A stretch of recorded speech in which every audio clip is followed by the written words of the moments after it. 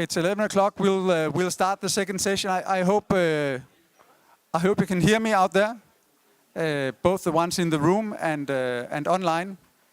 My name is Hans-Peter Slente. I will be the moderator of this session, which deals with sector integration through Power to X and symbiosis. We came just out of a session which deals with district heating as a way of sector integration, integrating different sectors and energy forms.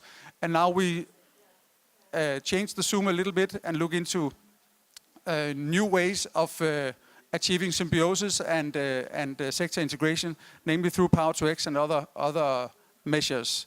So we have 4 speakers who will each give a presentation, and after that we have a dialogue up here, including questions from you in the audience. So I'm pleased to pass the floor to the first of the 4 speakers, Claus A. Nielsen, who is Head of Business Development at Din Forsyning, the utility company of Esbjerg. So if we are in the EE capital of the world, I think Esbjerg is called the energy metropolis of Denmark. So please, the floor is yours. Yeah, thank you. Even in the Esbjerg area, where is the new Esbjerg Foundation and Esbjerg Agreement about outbuild of green power, even in this city, we also think energy efficiency first.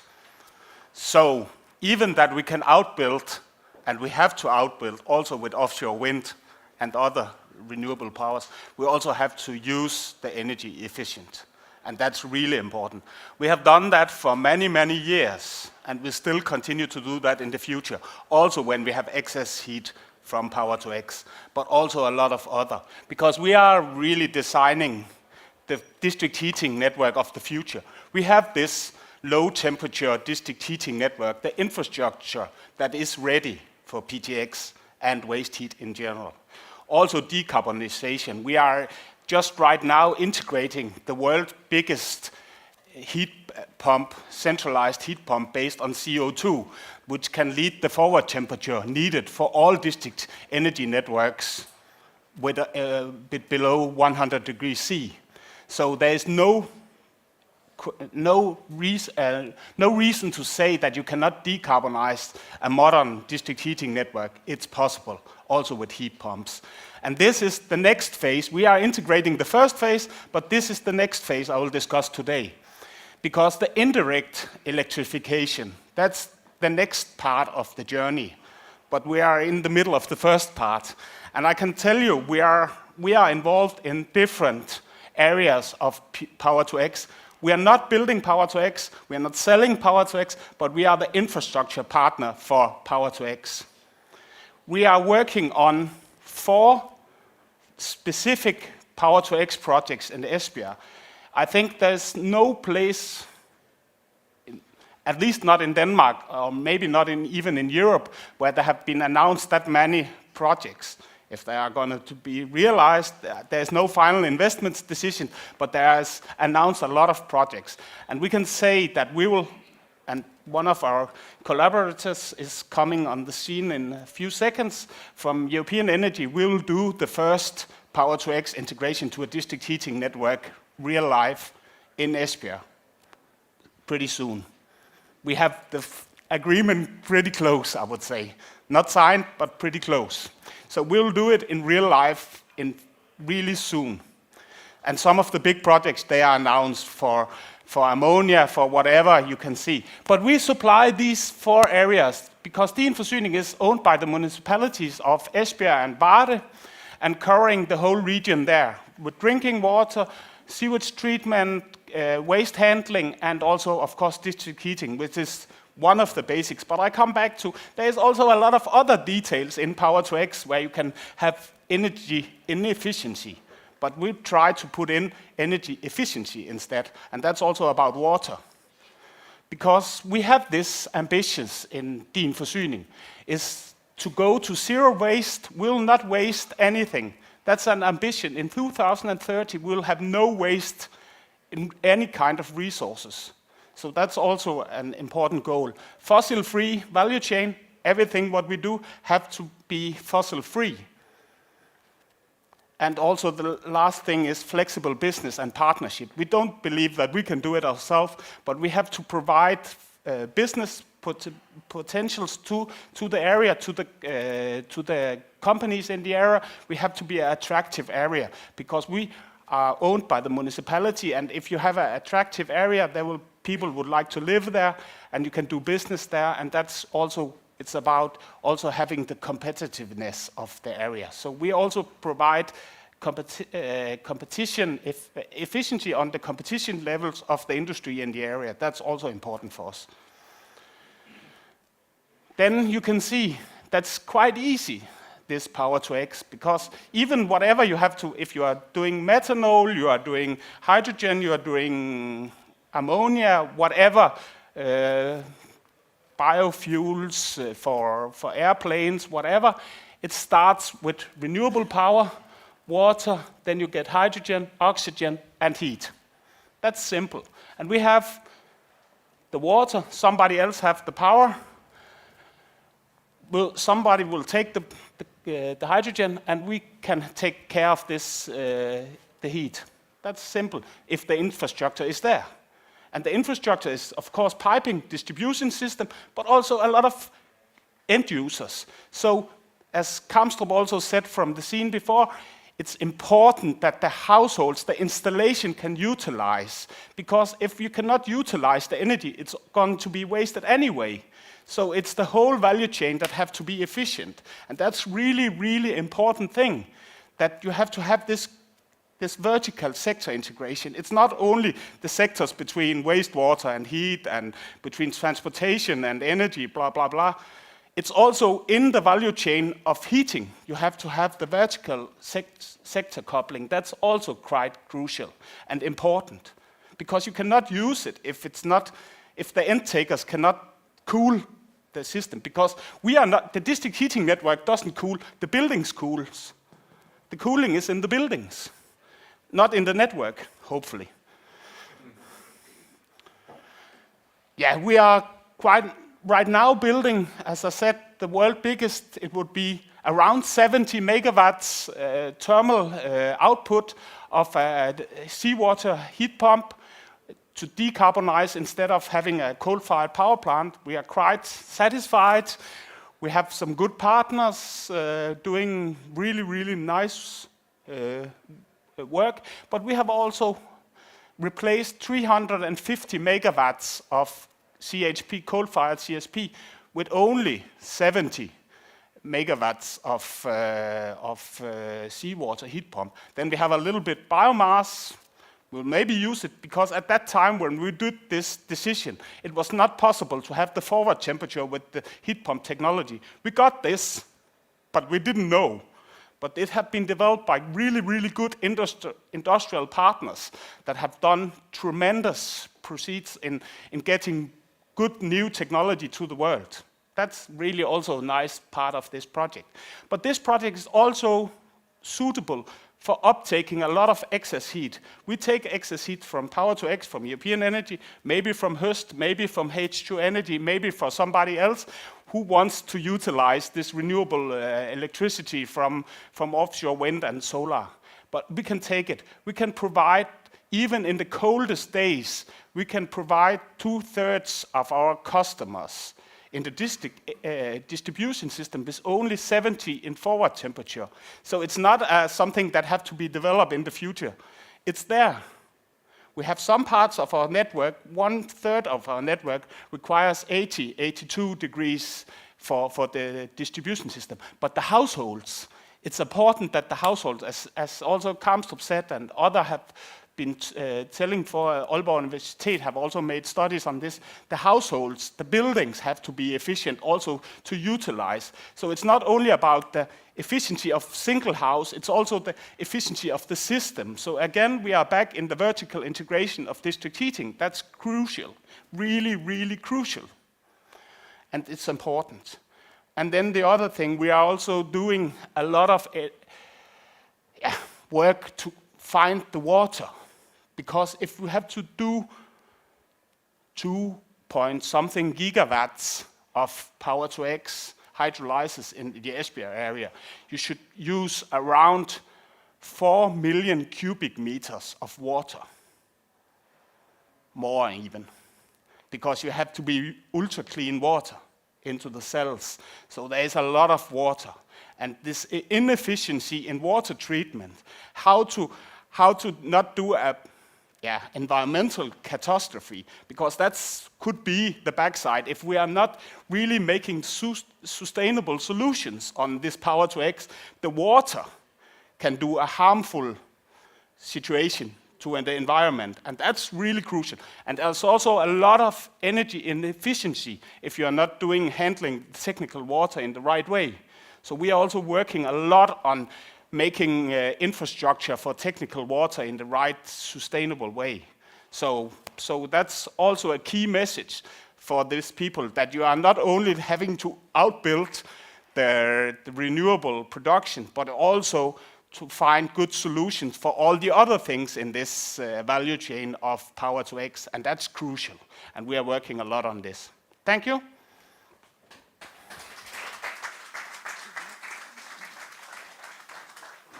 Thank you very much, Claus Nielsen, for sharing the highlights of what you're doing in, turns out, a number of different areas, power to X, etc.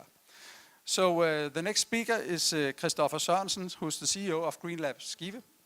GreenLab is maybe not the biggest power to X project that you will ever see, but it has one virtue: it exists, it's there.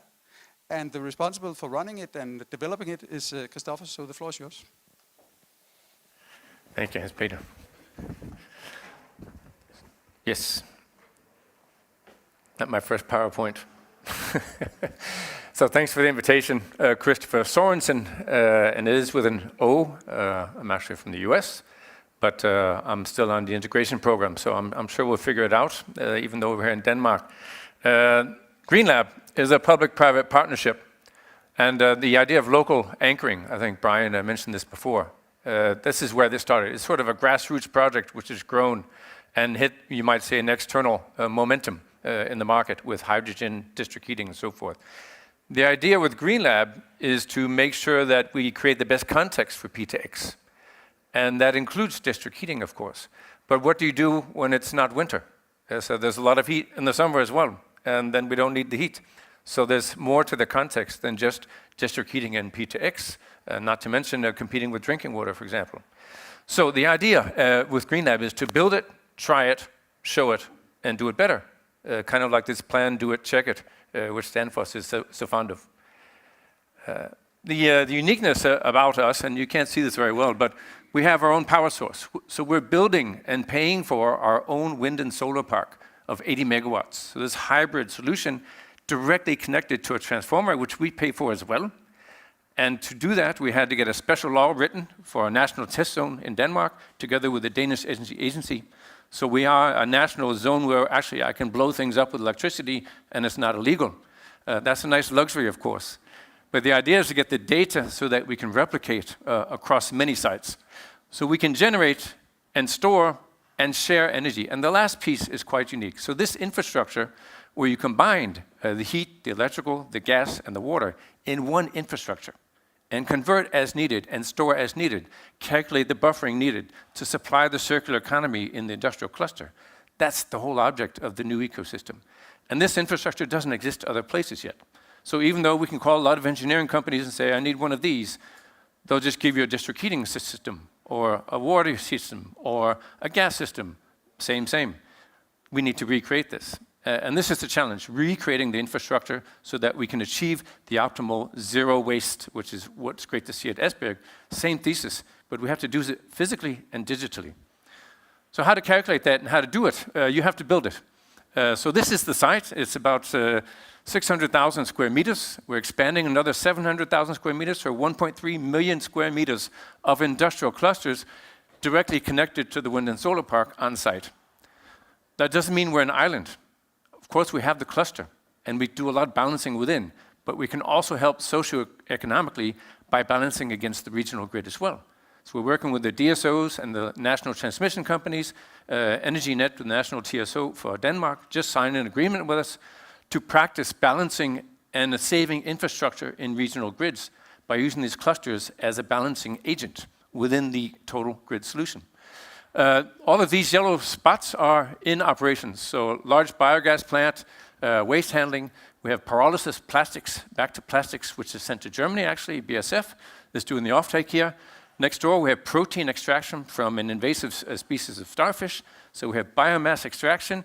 And then the wastewater from that goes into the biogas plant, increasing production there.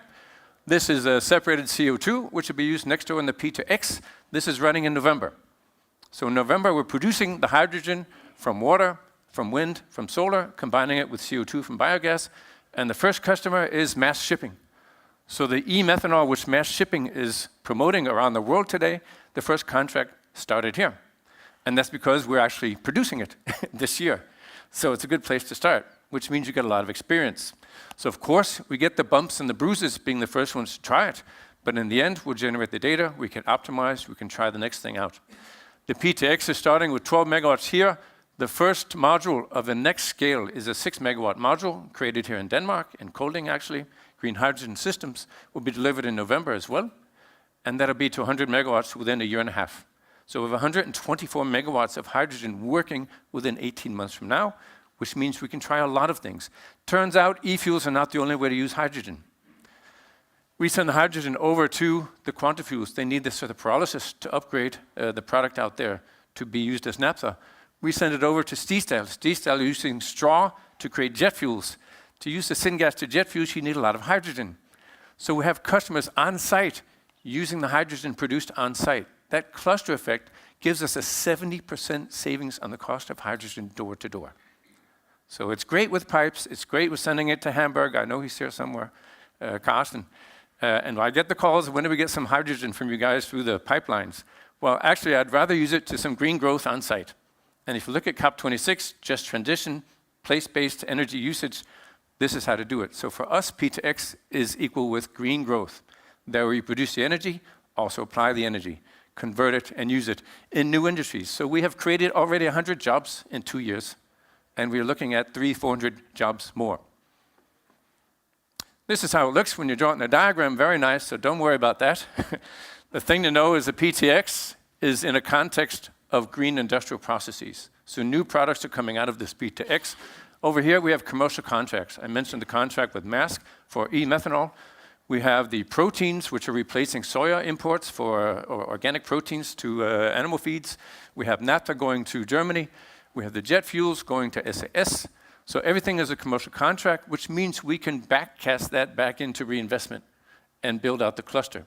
So we start with the thesis, create new products to market, connect to the rest of the world, and then use that monetary advantage to reinvest into the industrial clusters, which means it's actually a business proposal. It's not a demonstrator. It's not something you have to do because it costs a lot of money and you hope it'll go well. People move in today because they save money and they have a greener profile, and we can show it on the spreadsheets. So I'll conclude, as mentioned, not just in Energy Island, we're reaching out with virtual connections. That's why we work with EnergyNet. How do you digitize connections point to point so you're load neutral across the grid? What is our role in this? We mentioned this in the last session. We have all the knowledge up here on the stage. How do you put that together? Somebody has to do that. So we propose to do that. We will build facilities as a service and invite all the components to join in, and we'll take the risk on the system integration. We put the money on the table. We've already put 2.4 billion kroner into our infrastructure and our partners.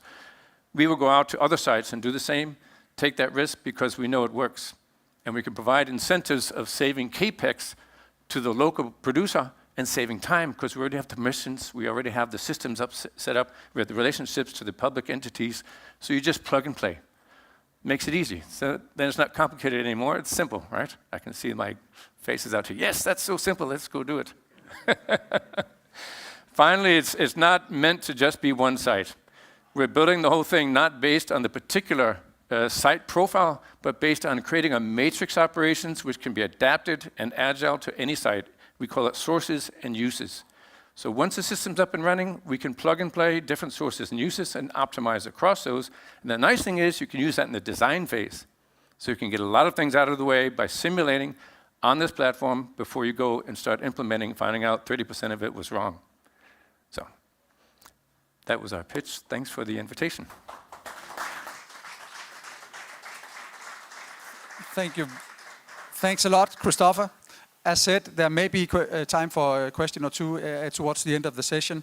At this point, I'm pleased to pass the floor to the next speaker, who is René Alcaraz Frederiksen from European Energy. European Energy is a big investor in energy projects around Denmark and also globally. And you'll tell about some of the projects in Denmark and perhaps maybe beyond. So please, the floor is yours. Thank you. So my name is René Alcaraz Frederiksen. I started with European Energy around a bit over a year ago. At that time was to deliver a small green hydrogen project in Esbjerg, which was presented a bit earlier, and you will see some of that. And it has been quite a journey, and I'll show that in a minute. But a bit about European Energy. There's always a lot about renewable energy and where should it be. So we have a picture here from southern Italy where we have a solar farm. There are also some wind turbines in the back. A lot of people don't like it in the backyard, but I actually think it's not always, it's ugly. I think that's a common thing, because without renewable electricity we won't get anywhere. Of course there's energy efficiency, but that's an important thing. A bit about the project. We started, I can see hamburgers on next. We started in Germany in an auto camper with some guys setting up wind farms in Germany. Before that, they had been building wind turbines and control system for that. But then they went into the development. Since then, they have expanded from wind and solar. And this year we will be putting on stream more than 1 gigawatt of renewable energy just this year. And next year even around 1.5. The other thing which I'm really excited about is we will start construction of 2 Power-to-X plants, including the world's largest e-methanol factory in Aabenraa. And we have taken final investment decision, and we will start building this year, and they will be operational, fully operational next year. So that is really exciting.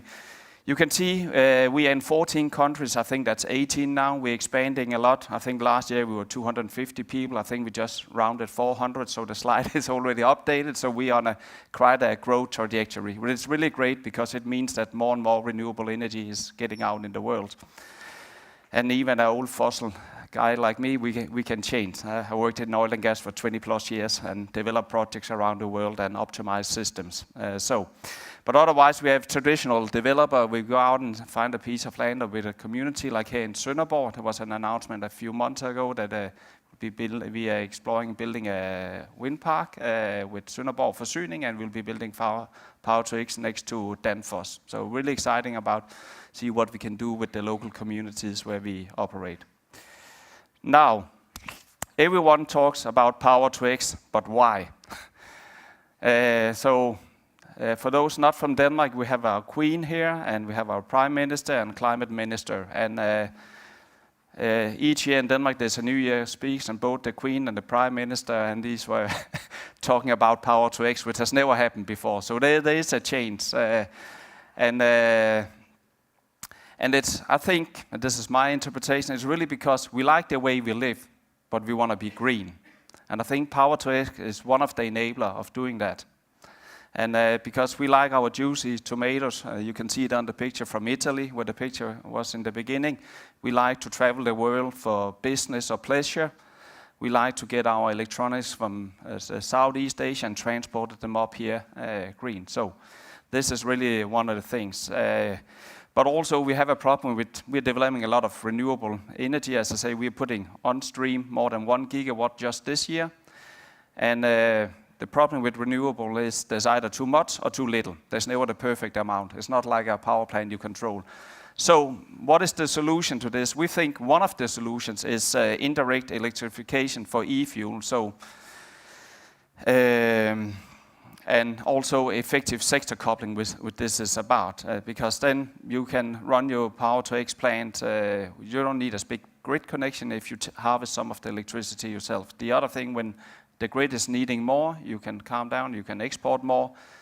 And when there's too much, you run the Power-to-X full speed.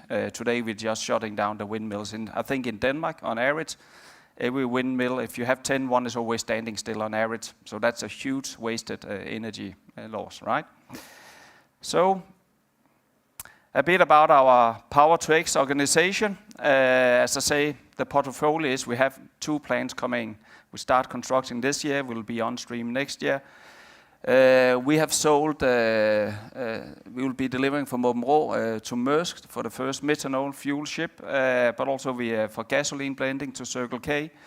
And I had hoped, but we're missing the final text, but there will also be some plastic producer, a well-known plastic producer up here soon, because actually methanol today is not used for gasoline blending and transport of ships. That's a new application, a new green application, but it's used for plastic and paint, and so all the colors in here has an amount of e-methanol in. Today it's made from coal or fossil fuel, while in the future we can start with green electricity, some water, and some air captured CO2, and that's it.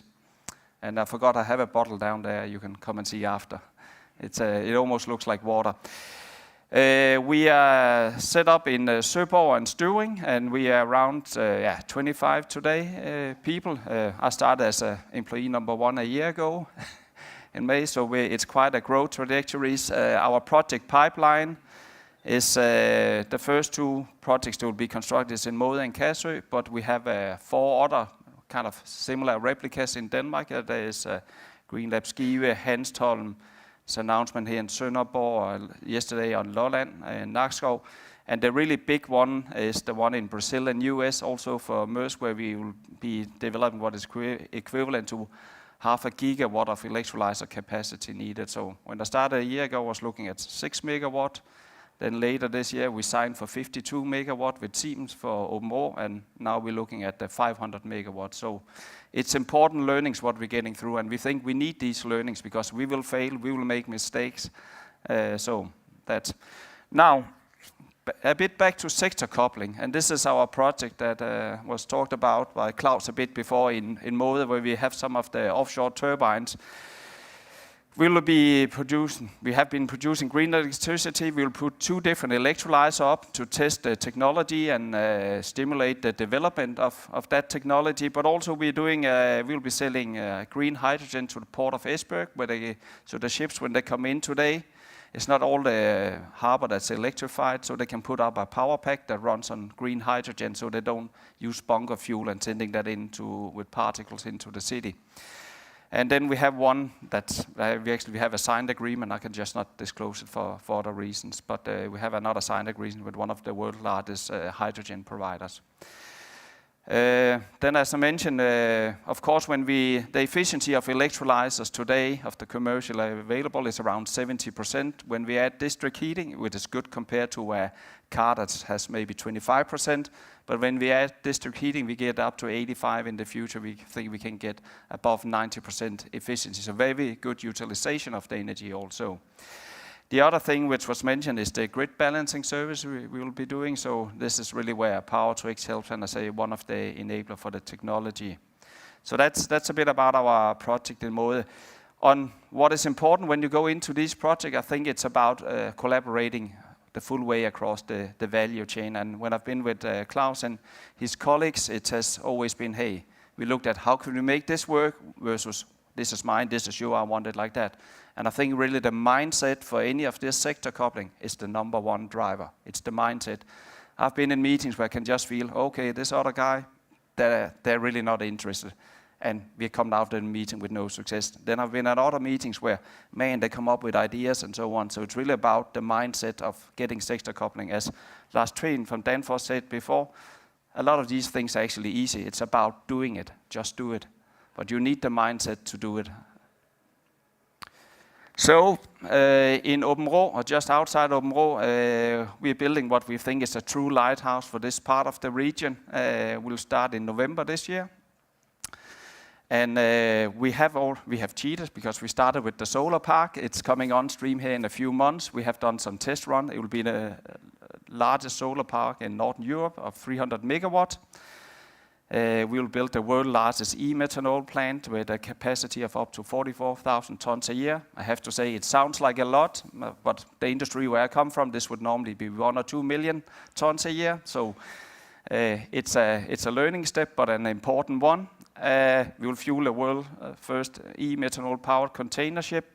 And also here we're doing sector coupling, and we're actually taking from the methanol, and not from the electrolyzer, but from the methanol factory, where we can heat up to 4,000 local homes in Aabenraa municipality, and we're giving it to 2 district heating companies. So a lot of sector coupling there, and it's been really great, and we're looking at a further potential so we can heat up to maybe 10,000 homes with 100% fossil-free district heating and excess heat that would otherwise just help on global heating, but now hopefully it'll go to the houses. We have a data center as neighbor, or a planned data center, so we have a lot of focus on safety. And for that we had to change our design, so we didn't have a hydrogen storage, and we found a way to do that, a very innovative way to do that. So we store it as a liquid, as a mixture of methanol and water. And then we think this will just be a valuable learning for the green transition. I'm sure we will fail on something, we will learn a lot. We're already learning as we design today, but this is where we are. Thank you for your attention. Thank you very much, René. Now we are already, although 3 Danish companies and examples, so we are very international, but to make sure we are truly international, we have the 4th speaker, which is Tara Amakisi from the Danish consulate in Hamburg, who will explain a little bit about the German situation and whereabouts in Power-to-X. So please. Thanks, everyone. So yeah, I'm going to take you to a short journey south of the border. At the District Energy Advisory of the General Consulate of Hamburg, we saw within the last years that it has become inevitable to not to look at hydrogen. So that is a segment that we have been looking at, and I'm going to just give you a bit of teasers of what's happening south of here. So the current situation of the German energy transition is that there has been a nuclear phase-out happening in Germany, and currently there is a coal phase-out in process with very high ambitions on becoming coal-free quite soon. So the consequence of this transition has been that natural gas has been appointed as default as a transition fuel for the heating and electricity sector. And before 2020, it worked also quite well. There has been also support schemes implemented for CHP plants, innovative CHP plants, but then the spike in gas prices happened, and also now with the Russian war, this raises a bit of a need of the reconsideration. This is where hydrogen comes in a very good place, because hydrogen has the possibility to, first of all, decarbonize the very heavy industrial sector in Germany, which cannot be decarbonized by using direct electricity. It also can work in the transport sector and heavy transport sector, aviation and maritime transport. And also, it will prevent the large amount of stranded assets which will result of the CHP support and of gas having been counted as the transfer solution, because there is the possibility to make these gas plants hydrogen ready and then operate them through hydrogen. So when we are looking at the demand side in Germany, as of today, the industrial sector in Germany has a demand of 55 to 60 terawatt hours of hydrogen, which is covered by gray and fossil hydrogen. And this is mostly for ammonia production and methanol, but also in refineries. The prognosis show that this demand is going to increase, especially in the transport sector. So that's where in future there will be the highest need for this fuel, and thus the highest value.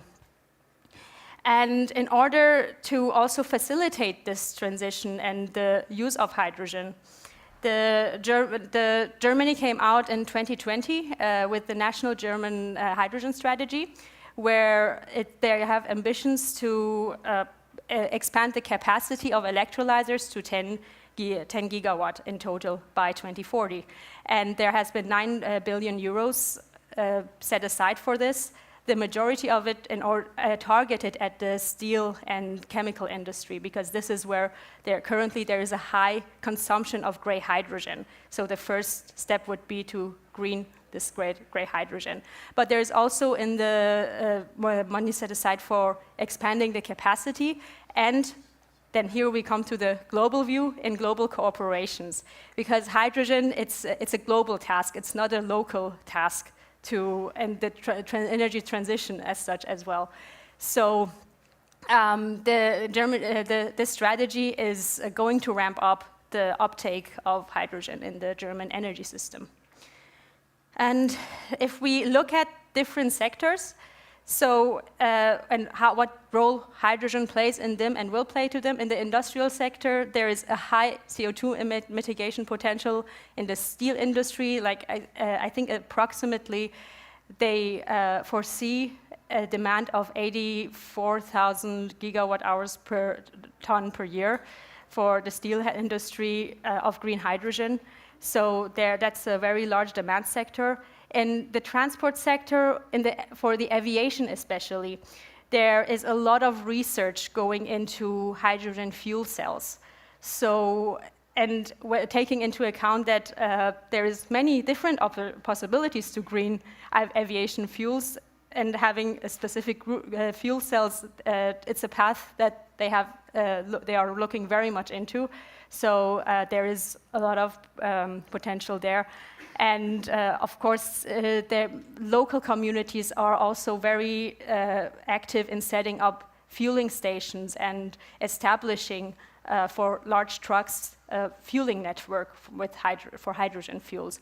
And there's currently already 156 existing and operating.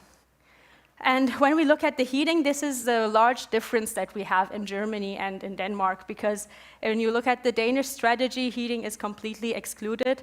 But in Germany, hydrogen is part of the heat transformation parts. And that is mainly because of the different demands and the heavy industries that are there. And also because of the issue of CHP plants and stranded assets. So that is a large difference we see with Denmark. And, but this is not directly encouraged or discouraged by politicians. And what I mean by that is there is still higher costs for the implementation of electrolyzers for heating compared to in industry. So the costs are very high. And but on the other side, also within the national strategy, the heating sector is not focused on, but it is mentioned. So, but the heat transformation plans also leave it very much open to the communities, how they want to decarbonize their heating. So it's not, there is no ground rules giving top-down, but it's a very bottom-up approach. And depending on the needs of the community and the resources, there's different, this causes different results.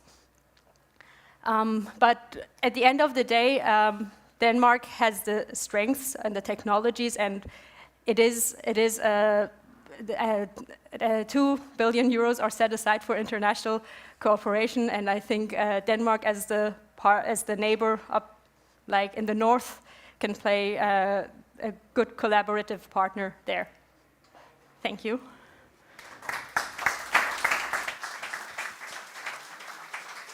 Thank you, Tara, and I can assure there's a lot of collaboration also in this area taking place between German and Denmark partners. So I'd like the four speakers to come up here because we have time for a couple of questions from the audience. So please, if you would care to stand up here. It may inspire someone to put a question to some of you. So the floor is open. Anyone with a question? Yes, please. Carsten.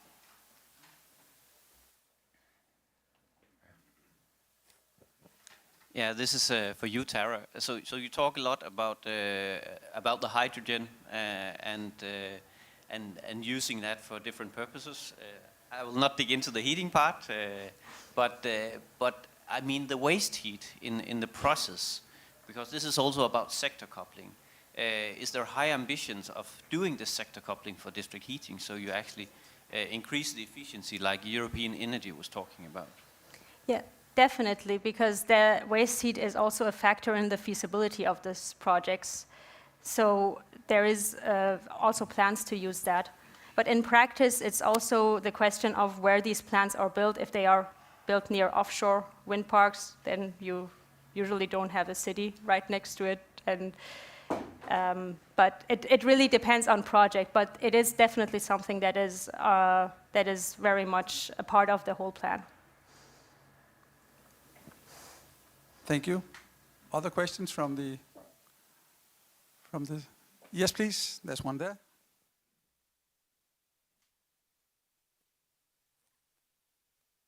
Hi, this is Fritz from California, and we are very excited to be here to learn a lot about what you all are doing in Europe on hydrogen. And I was curious, we are developing a potential renewable hydrogen hub, but we are realizing that we probably will not have enough hydrogen based strictly off of renewables. I'm curious, what is the appetite for CCUS and hydrogen, or is it more of a direct transition, just go straight into renewables? Anyone venture? Yes, Christoph. We've been looking quite a lot about that, and we have many colors of hydrogen by now. We even have pink, I discovered recently. And I participate in the Hydrogen Council in the EU, where you're trying to treat this as a strategic effort. The challenge is between encouraging the full transition to green hydrogen versus delaying that transition by using natural gas, that we speak of, or blue hydrogen. And because we have such strong embedded market structures in the oil and gas industry, the longer that we delay with carbon capture from oil and gas sourcing, the slower the transition will be to the fully green hydrogen. So there's an embedded challenge in these competing market structures. And our thesis today is the more we incentivize the green hydrogen, and we are working on certification processes end to end to do that, the more we incentivize that, the more acceleration we'll have towards that objective. And I understand the limited resource of amount of renewable energy, but as we discussed today, also energy efficiency and sector coupling can have a large impact on how much renewable energy you actually have to apply. And I think the earlier analysis from Brian about how you can use the heat pumps and the other sourcing in a very interesting way could help reduce the amount of direct inputs to the hydrogen needed. But we understand the conundrum. It's an inbuilt challenge. We suggest to accelerate the green hydrogen efforts. Thank you, Christopher. Yeah, Lars from DI. Thanks for excellent presentations. I think very inspiring. And just to you, Christopher and René, if I may ask, and you can reveal what you want to reveal, but can you tell us a little bit more about the business financials?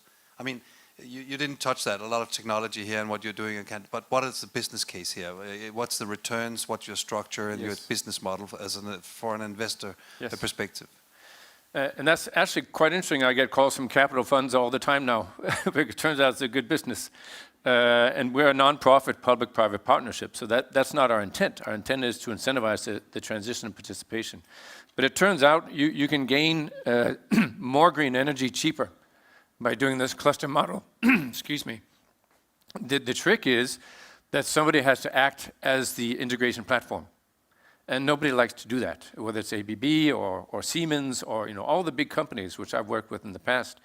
They don't like the system integration risk profile because you have two sides of every integration. So one side can always go wrong. That's like twice the risk. So the challenge is to create this integration platform which enables all of the technology partners to just plug and play.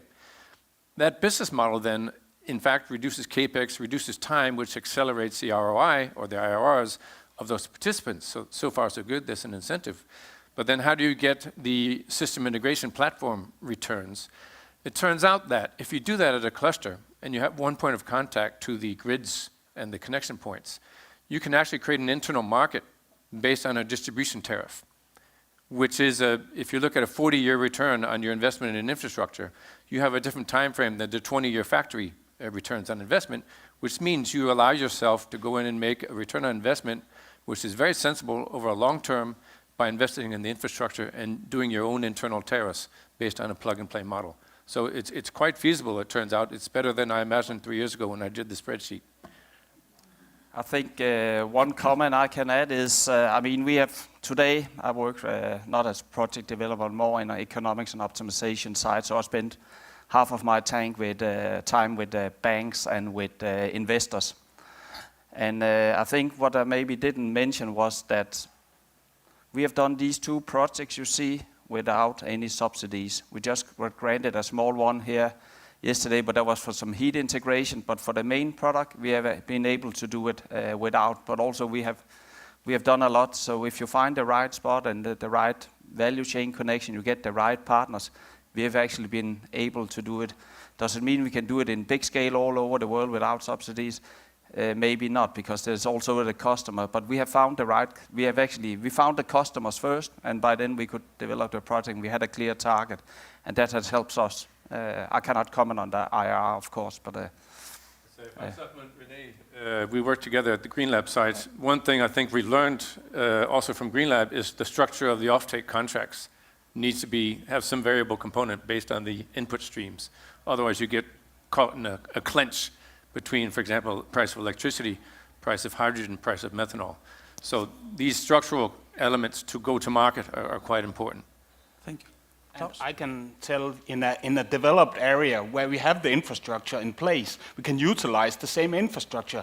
Mostly of what we are doing in Esbjerg is utilizing the existing infrastructure. If the policymakers do good environment for district heating companies, instead of saying, oh, everything should be competing and individual rights in every household, do the energy planning and stick to it.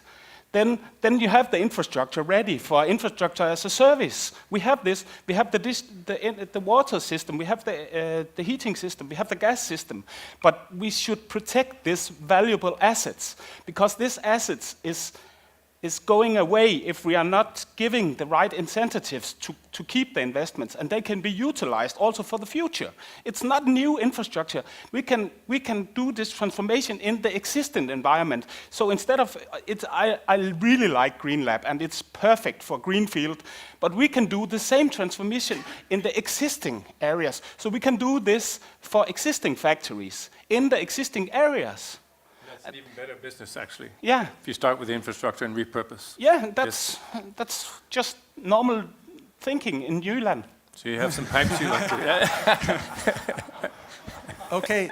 Like Sønderborg. Yeah. It's not. It's not rocket science. No, it's not rocket science. We don't need Silicon Valley ideas. It's the energy metropolis. Yes, yeah. That's it.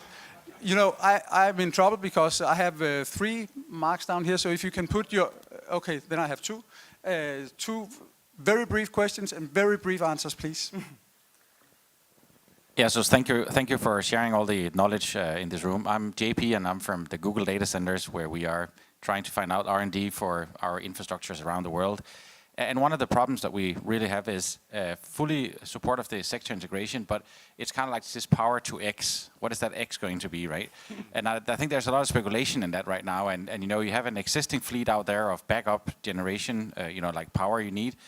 And for that reason, you know, we are investigating right now, should we go direct with hydrogen and PEM fuel cells, or should we go with some other technologies where we actually talk about e-fuels? And I'm a little bit interested in both you, Christopher, and René, what do you think about that X should be right now for the existing fleet, and how you want to approach this going forward? I think it really depends on your use, so we can have a conversation after, because they each have their rights. Both are needed, or all are needed. So it's really about are you looking for backup system? Are you looking for continuous running? You know, what is it you're looking for? And I think that where are you in the world may also decide that. What is your neighbor? And I would suggest the co-location factor is critical, because the door-to-door delivery means you have a matching exercise. So we have a 70% cheaper hydrogen on-site than if you deliver it, you know, to another site, because of the savings. But you can see the developing matching exercise going on over the next 10 years, as a shipping to ammonia, for example. Because where does the CO2 come from ethanol? And I was about to ask that about your projects. Where does the CO2 from? That means it might not be CO2 neutral, actually. So this is a critical element, is where you're going to maximize for CO2, you're going to maximize for your economics, or you're going to maximize for the global matching exercise between sources and uses of these types of energy. And I think Google's a global entity, so they should be thinking up at that level at some point. Thanks. So I think the short question was like a math question, what is X? And the answer was not conclusive. Google X. Yeah, Christian Heine from the Hamburg Energiewerke. Also, many thanks for your exciting presentations. I have a question on the business model again, because you said you have your hydrogen purchase agreements at the moment, so direct contracts with the customers, I suppose. Are there any plans in Denmark to establish a market platform for green hydrogen, and what would be the time frame for it? I think what I know Energinet is looking at, that's the national transmission company, so they have electricity, natural gas pipeline. They're looking at it, but it needs to be, and I know people are looking at it at a European view, but I would also say, from my own experience, I was in France in October for the Hyvolution. There they look at it, hey, that's great in 2040. So will we get, we may also get to the border of Germany, and then there's no link maybe to Hamburg. So there is some, and I think that's about sector coupling. It's also infrastructure, probably more that's needed, because otherwise and that's a part of when we evaluate where do we put a Power-to-X plant and what is that what is the X? It is, we look a lot on infrastructure, because it is missing, because it's a new. Thanks a lot. Yeah. I could supplement. At Hamburg, you have a great port. So this, the synergies you can create out of the industrial and energy complex, including logistics in and out, because we've been speaking with Hamburg, that allows you, if you get the right energy sourcing, which is your challenge, actually. It's a crowded space. But other than that, we are starting, for example, a local, regional hydrogen infrastructure, because we have offtake in these clusters, really close to each other. When you get to the larger distances, that's where the challenge is either time, regulations, or collaboration. So we see a much stronger advantage in co-locating as much as possible. And you have a lot of good resources for renewable energy in the northern Germany in particular, which we think could be the best application, with synergies in logistics and industrial clusters like Hamburg. Thank you very much, all of you. Thank you, panel, and thank you, participants in this session. A few practical remarks.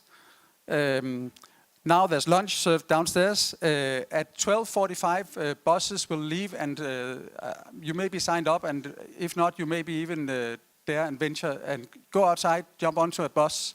One will take you, the one that I know best of, will take you to Superbrusen, a supermarket utilizing surplus heat to heat up the store and the surroundings.